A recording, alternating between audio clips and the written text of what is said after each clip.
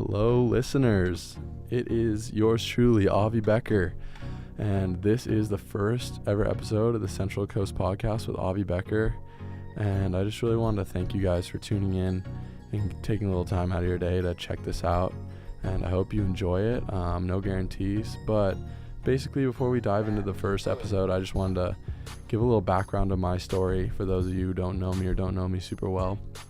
So I'm originally from Boulder, Colorado, born and raised there for my first 18 years, and I moved out to Santa Barbara for UCSB, 4 years of college, and I kind of came out here and I felt like right at home right away, and I realized that it wasn't just the ocean, it wasn't just the amazing landscape, the mountains, the surfing, of course. It wasn't just those things that made me feel this way, and it was really the people. So the point of this podcast is to try to highlight the people that are doing amazing work, both in their business and environmentally and in the community. So that's what this show is going to be. I'm not sure exactly when it's going to be coming out, on what kind of schedule, but I really hope you enjoy this first episode, and I would love to hear feedback. So without further ado, enjoy.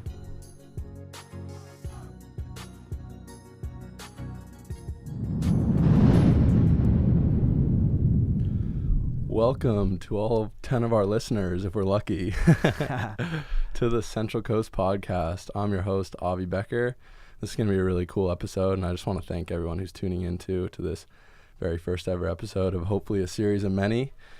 My first guest on the show is none other than the man himself, Joe Parker. Joe is a Santa Barbara native, and I've actually known him for, I'm going to try to think, it might be like 2 or 2.5 years. Right. Me and Joe met initially. I worked at a fitness spot called Killer Bee Fitness, and he was one of my clients, probably my favorite client. He always busted it and went hard, and we just became friends instantly. And me and Joe have actually been working together recently. He's one of the top producing agents in Santa Barbara, and he's been crushing real estate for years now. But more than real estate, he's just become the community guy that knows how to bring people together, that knows how to help when disasters happen, like recently in Montecito. He did a lot of work, and he's just a really cool overall guy, and I think you guys are going to really like his story. So how are we doing today, Joe? I'm doing good. Avi, how you doing? Doing great, man. Another day in Santa Barbara. You can't complain. Just living the dream. Yeah, it's pretty awesome. Dream. Yeah. So, Joe, take us back. I know you were born and raised in Santa Barbara. Is that correct? Yeah, that's right. Yeah. So you spent a lot of years here, and you know this place better than most, I'd say. That's right. Yeah, I have spent a lot of years here. Actually, my first 5 years were spent in Isla Vista on Trigo. You can believe that. My parents were hippies, having kids, and running around Isla Vista, and I was one of the Isla Vista rats, just running the streets, probably naked.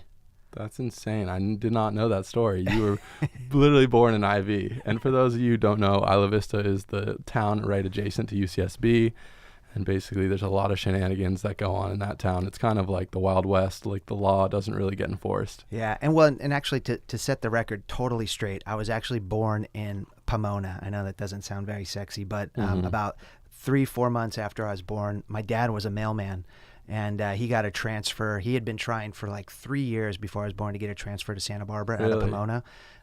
He finally got it right after I was born, so I didn't have the privilege of actually being born in Santa Barbara, but moved here shortly after my birth. Wow, that's amazing. And so do you have any specific stories or kind of like iconic moments that really make you think when you think of your childhood in Santa Barbara or in Isla Vista or anything? Is there something that comes top of mind? Not so much. I have a little snidbits of memory of Isla Vista, Yeah. But I was pretty young. But some of my fondest memories were summertime as kids with the other kids in our neighborhood, some good friends. I remember always spending the day walking down to what we called the plunge. And I lived over on the east side at the time, and the plunge is Los Baños pool down on the beach there. Uh-huh. And in the summertime, it turned into a community pool where it was like $1 or 75 cents or something, where you could go and spend the day at the pool. So we would just gather a squad of kids and make the trek down there and spend the day swimming, and it was just packed with kids. It was always a good time. I remember just coming home exhausted, and there was a pizza joint across the street called Sonny's Pizza, and we would like split a slice because the slices were huge.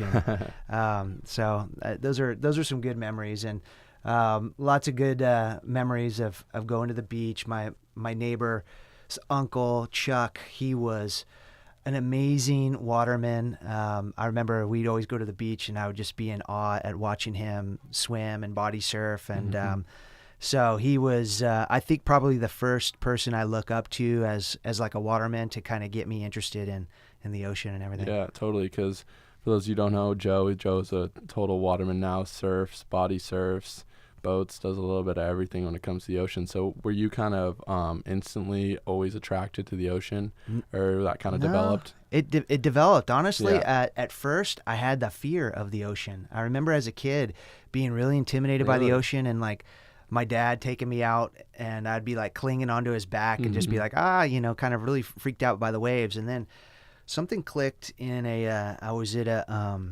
YMCA camp out in the Channel Islands, and I remember we had a bodyboarding contest, and I was out there, and everyone went out, and all of a sudden I just finally got the courage to get out. And it was funny because I was scared, and so I didn't go all the way out, and I ended up staying right where the waves were breaking, like in the worst spot you could be.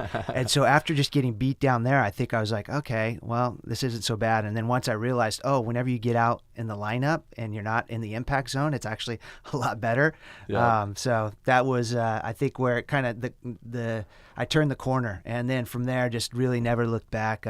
Fell in love with the ocean, fell in love with surfing, and ended up spending, after high school, my main focus in life, beyond like getting some units done, I was kind of, quasi focused on going to Santa Barbara City College, but more so kind of where's my next adventure going to be, Totally. And so I was always eyeballing. My first adventure was a trip to Indonesia, but I was always interested in traveling to surf. Yeah, I definitely want to get into your travels because I feel like I've kind of scratched the top layer, but people might look at you and see, super successful, like he's got it all figured out, but you definitely did not take the traditional path of after graduation or after graduating high school, getting a standard degree and going right into the workforce. So I want to definitely talk about that. So from what I know, your journey, so you went from high school and you just kind of took off without much plan, just knowing that you're going to score some good waves. What happened after high school? Yeah, so I after high school, oddly enough, like that, right after high school that summer, my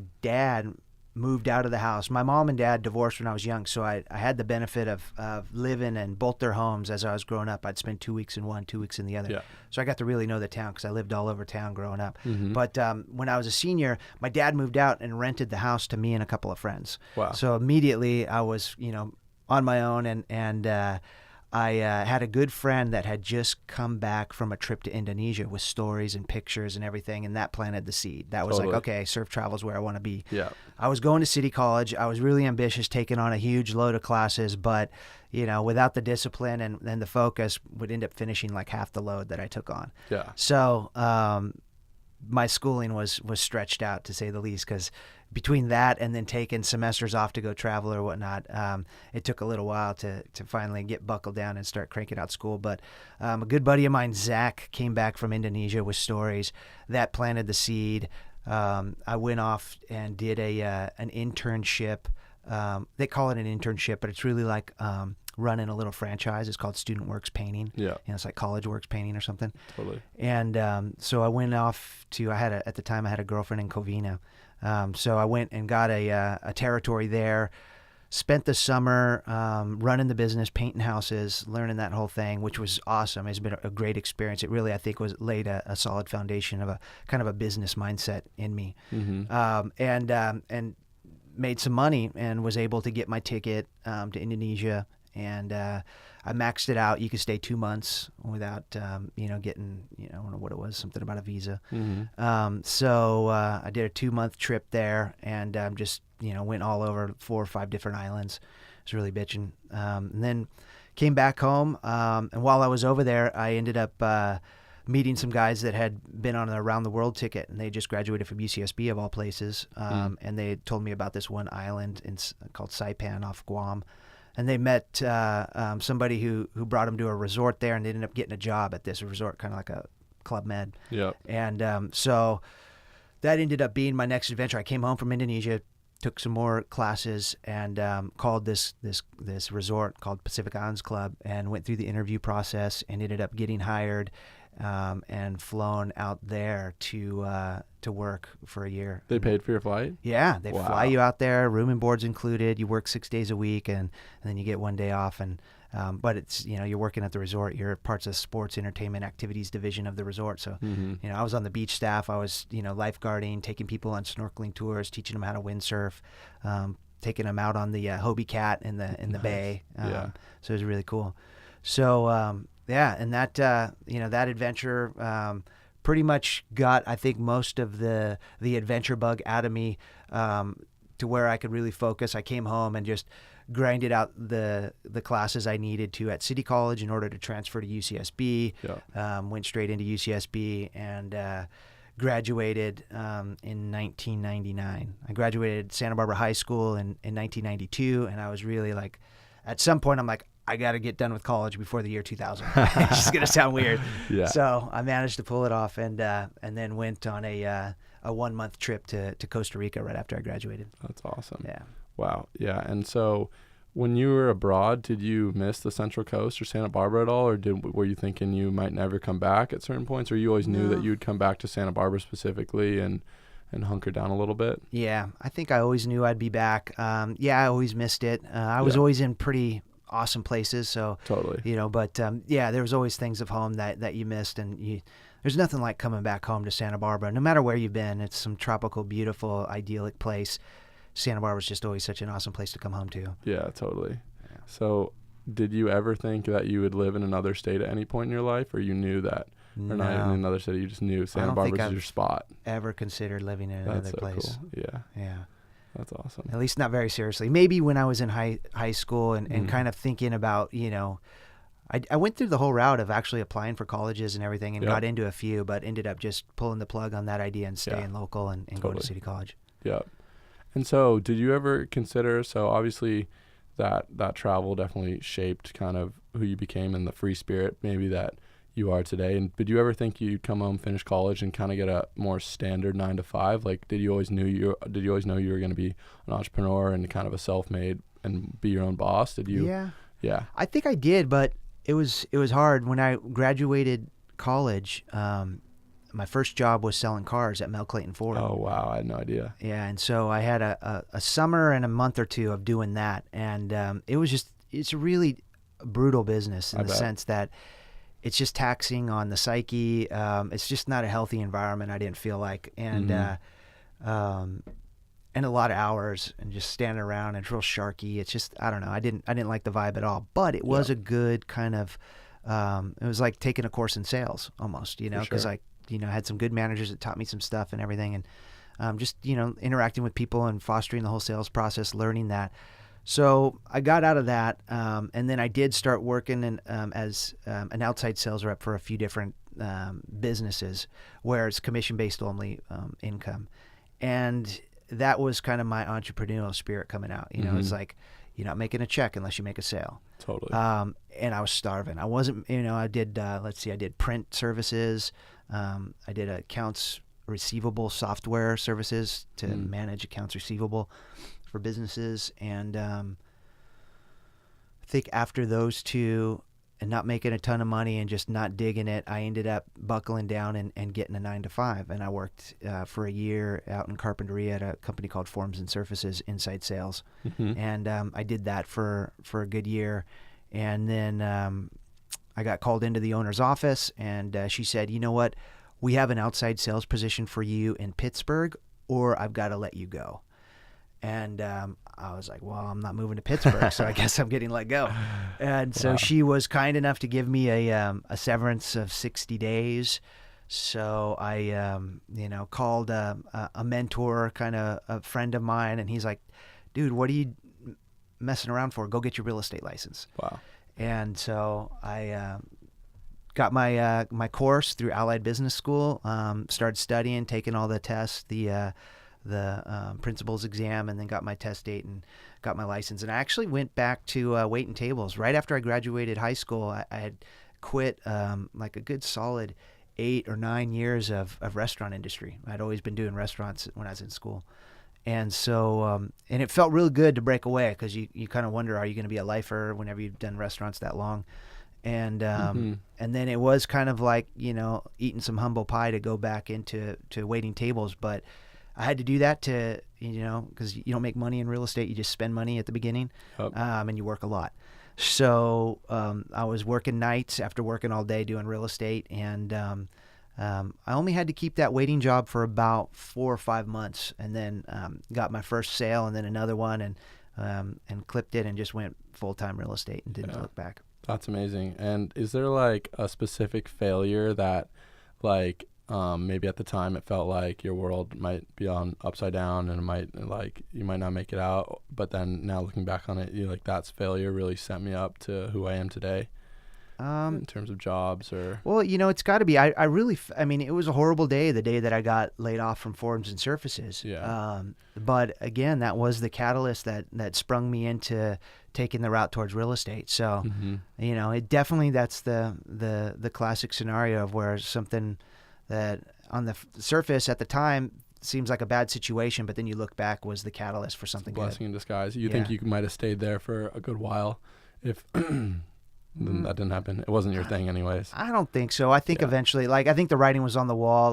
The owner noticed that I was, getting a little bit edgy and antsy to be, 9 to 5 in it. So I think eventually it just probably, unless they would have given me some kind of territory in California where I could continue to live in Santa Barbara and then move to the outside sales world there, that probably would have worked, and I maybe would have stuck around. Yeah, that's awesome.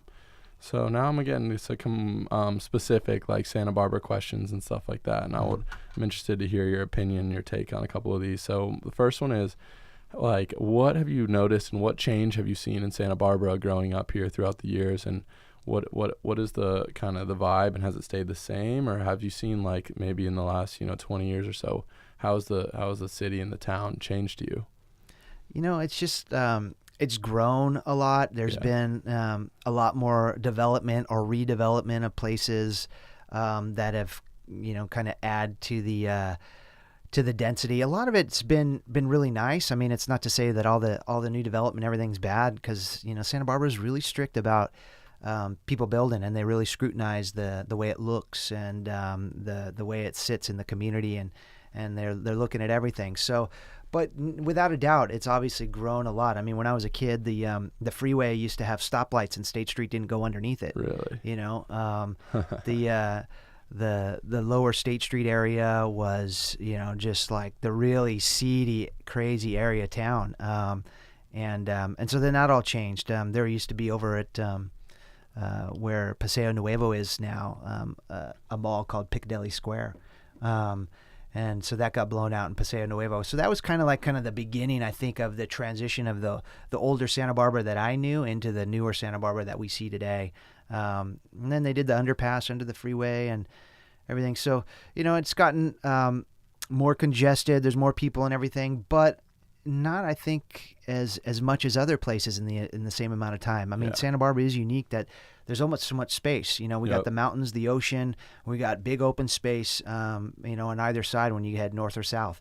So we don't have much area to sprawl. So we are getting, I think there is definitely more congestion. You see a lot of that, but at the same time, it preserves its small town vibe, I think, better than most places has. That every place has gone through the same kind of growth. Yeah. So, and then I think it's just gotten a bit more. It's a destination spot, and it's the place where people with means, anywhere in the world, and they want to be in the nicest places, this is making the short list. For sure. So that dynamic of the place, I think, drives the unaffordability factor. I think that's probably the biggest change, is just the affordability factor. I wasn't plugged into how affordable it was. I just hear stories about how it was because I was a kid. Yep. But just knowing that how much it's skyrocketed as far as expense goes, that's a big change. Totally. And so how do you ever have to explain what Santa Barbara's like to people that have never been here, or maybe friends of friends that are interested in moving or interested in checking it out? And like, how do you explain what Santa Barbara's like when people are like, oh, is it like LA or is it like San Francisco? Like, how do you explain it to people that don't really know what it's like? That's a good question. It's kind of, I don't have like a canned explanation for it, but Yeah. what I would say to somebody if I was trying to explain it to them is that, it's kind of like a little island oasis of a community that's, just incredibly charming with a lot of character, a lot of soul, and just, beyond picturesque. It's just, there's so many unique little angles and views that you pick up that incorporate the landscape, the architecture, all over town. And it really does keep a magic little vibe about the place. And the fact that it's a finite amount of space that's not expandable is very unique. I just don't think that there's many places in the world that have that combination of just being, so uniquely geographically kind of confined to sprawl. Yeah, that's a great way to describe it. Yeah, a lot of my friends, who are from Colorado, the people I grew up with, who haven't been here, it's easy to look at the kind of the like California generalization or look at the big cities, but like I describe it that like honestly Santa Barbara is really nothing like LA and nothing like San Francisco, and the vibe here is like people are really down to earth and they care a lot about the environment, and a lot of people just have a lot of values that like kind of intertwine everyone, no matter where they're from, no matter their background. Or I feel like a lot of people were able to come together here for our love of the ocean, for our love of the mountains, for our love of being outdoors. And people aren't going to spend as much money on maybe a nice flashy car. They'd rather have a great surfboard and a great time with their friends instead of maybe the more city like feel. So right. Yeah. There's definitely that. It's this unique blend of Northern California meets Southern California to create its own kind of vibe that's not really particular to either, but it's like an interesting little blend, unique little hybrid of the two. Yeah, that's exactly how I describe it. And so being a Santa Barbara expert as you are, what are some of your favorite local spots? You don't have to share your secret surf spots, but for someone that's not as local as you are, or maybe want to try out new spots, where do you like to tell people to go if they really want to get the Santa Barbara experience? For surfing, or for what? For everything. Your favorite spots. Just a couple of your favorite spots. Geez, I really, I know it's kind of touristy and everything, but I love the waterfront down by Stearns Wharf. You can't get a better view. I really enjoy, just hanging out on any of those patios or those restaurants where, you could watch the boats leave the harbor. You got the views of the mountains on the other side. There's just lots going on out there. The harbor, Brophy Brothers, those places, just really great. And some local spots I like. I really like to hike some of the trails, like Cold Springs Trail, and I really like to get out on More Mesa. It's not too far from my house, and it's like 260 acres of open space. It's great biking, great hiking, and a really cool, kind of isolated beach at the end of the trail, kind of some makeshift steps that have been there forever that you could hike down to get down into the water, down onto the beach. So that's a really cool spot. And I also really like Lizard's Mouth back up at the top of the mountains. There's some great views and great hiking and some really cool kind of moonscape like terrain up there. So that's just like a great kind of all hitting all the sweet spots of Santa Barbara, with those types of things. Yeah, totally. You got great spots, and this place better than most. So transitioning on to I wanted to make sure that every episode of this podcast is definitely going to have an environmental focus, being a super avid environmentalist myself, and I want to make sure the people I bring on also share that. And I know that you've done so much different type of community work and in a lot of environmental work as well. And so my questions to start off is kind of what sparked you into, gaining traction with the environmental movement. A lot of people say that the environmental movement kind of started. And I know the first Earth Day ever came out of Santa Barbara in the end of the 60s from an oil spill. Is that correct? That's right. So were you kind of just surrounded with that since you were young, or what kind of brought you into being an environmentalist? Yeah, I think the culture here is definitely circles around that, and Earth Day starting here is something that I think is embedded in the community. That whole vibe is definitely a part of the community. So that has had a play in it. My parents were both, really kind of, I think, environmentally conscious, kind of the hippie vibe. So then that rubbed off on me, and then once I started having kids, I got 2 daughters, and thinking about the world you're living, leaving the children, is a great motivator to try to think about what you could do, how you could improve your choices day in and day out, and improve your habits that line up better with the environment. For sure. And so are there any specific environmental issues that you see us facing right here in Santa Barbara and the Central Coast? And what have you've seen been done, or what have you been working on, or stuff like that? Like, what problems do you see, and do you see like solutions to being able to fix those problems, both locally and on like a global level? I know it's a tough question, a deep question, but yeah, I think locally, maybe the biggest one we're facing is what started the whole Earth Day movement is oil. Yeah. We had the pipeline break up near Gaviota, which was a huge disaster, and that was another reminder of, hey, this oil's in our backyard, and it's not a perfect science. There's if it's there's going to be accidents. It's just a matter of time.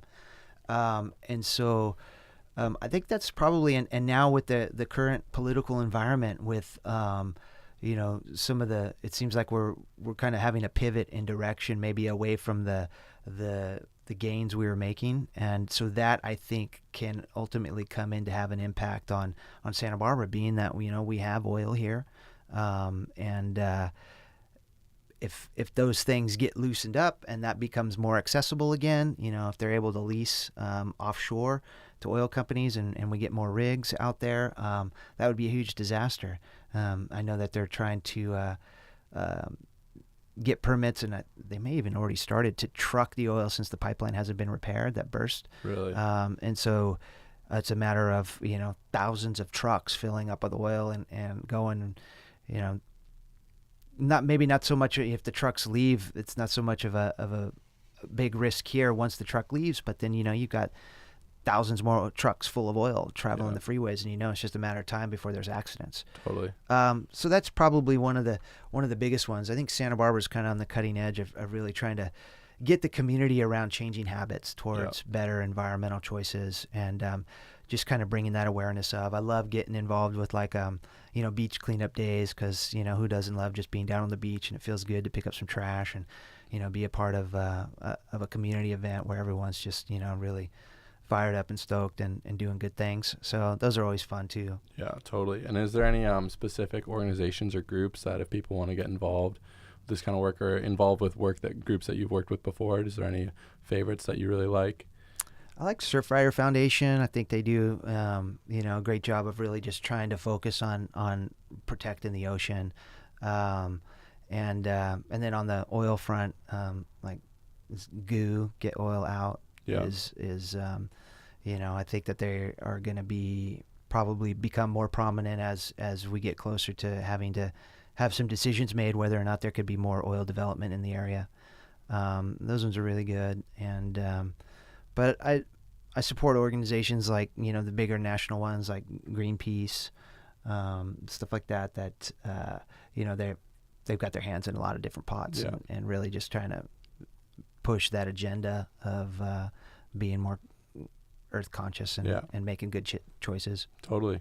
The last part of the environmentalism kind of section I want to talk about. So for those of you who don't live here, or maybe didn't see it on the national news, it was almost a year ago, or a little bit less, 9 months ago, that there was basically big fires in the Montecito region, which is a little bit south of Santa Barbara.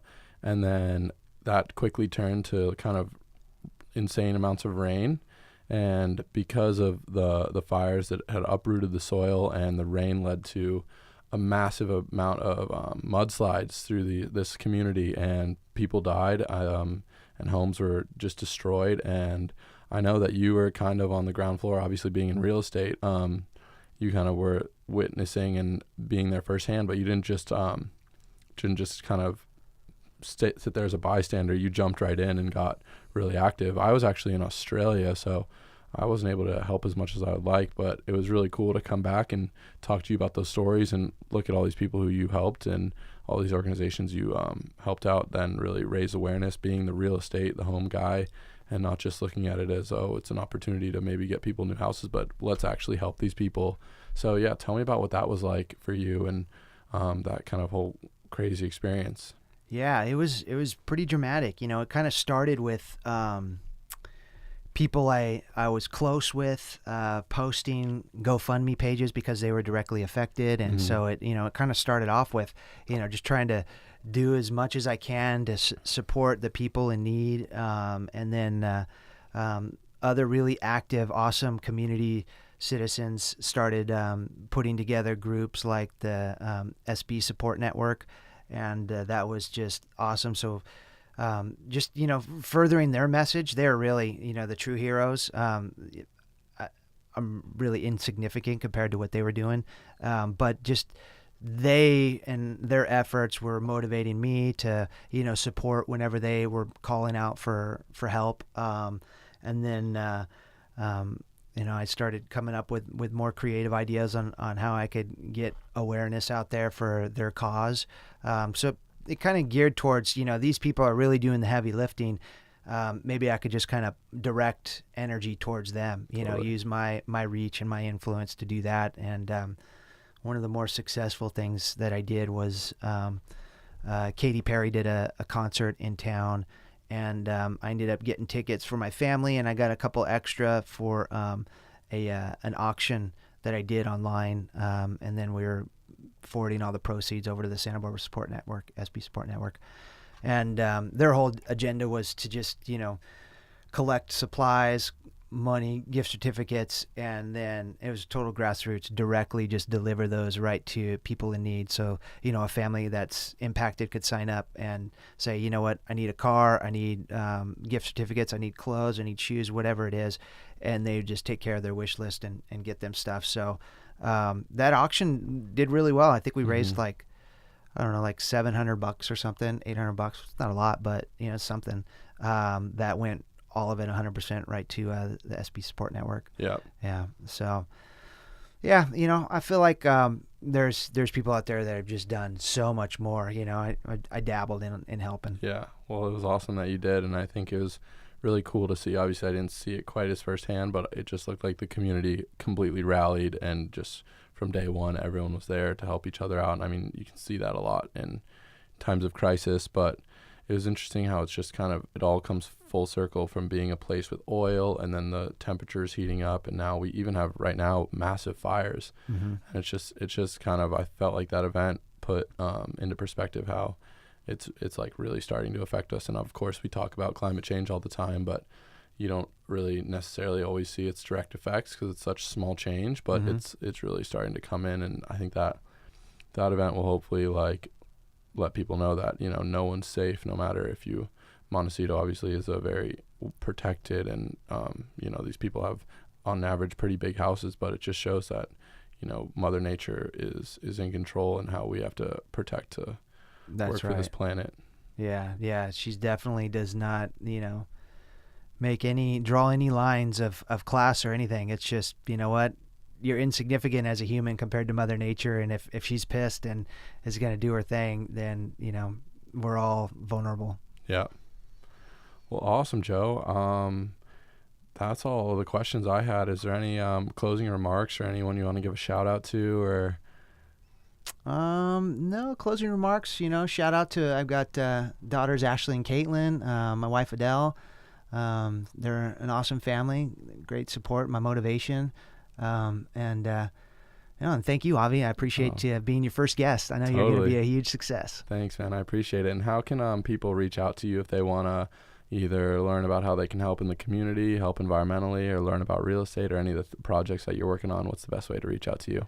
I would say you could check out my team at Berkshire Hathaway is called the Santa Barbara Group. So if you search the Santa Barbara Group, or our website, thesantabarbaragroup.com, all our contact information's there, and lots of community interest. We do a lot of kind of blogging or vlogging on there. You see the news and info tab on our website is full of stuff about the community. We review restaurants and local businesses, community events, and then all kinds of stuff related to the real estate industry and what's happening in the market. So anything you want to know about the community, about neighborhoods, about the market, about buying or selling real estate, you can find some great insights there. And then obviously my contact information's there. My cell phone's the best way to reach me. It's on there, so they can reach out to me anytime. Awesome. Well, I hope your inbox just gets flooded with people, but we'll see. Yeah, we'll see. Well, awesome, Joe. I really appreciate you taking the time, and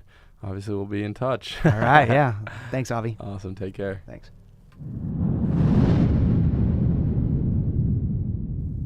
Hey guys, it's Avi again. Thank you so much for listening into that very first episode.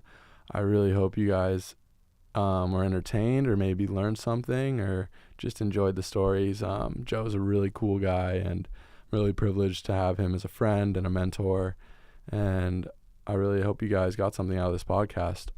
If you would like to be on the podcast, or you know someone who could be on this podcast, the best way to reach me is at the email avi.becker3@gmail.com. I'll also be having this podcast up on Facebook and YouTube and other channels, and I'd love to hear from you guys about what you thought, what I could do better. Definitely, it's my first episode, so I know that it's not the most polished podcast out there yet, but I'm coming for you, Joe Rogan, so Tim Ferriss too. Watch out. Hope you guys have a great rest of your day, and I hope this podcast brought some value. I'll be hearing from you soon, and you'll be hearing the next episode hopefully soon as well. Hope you have a great rest of your day, guys. Take care. Bye.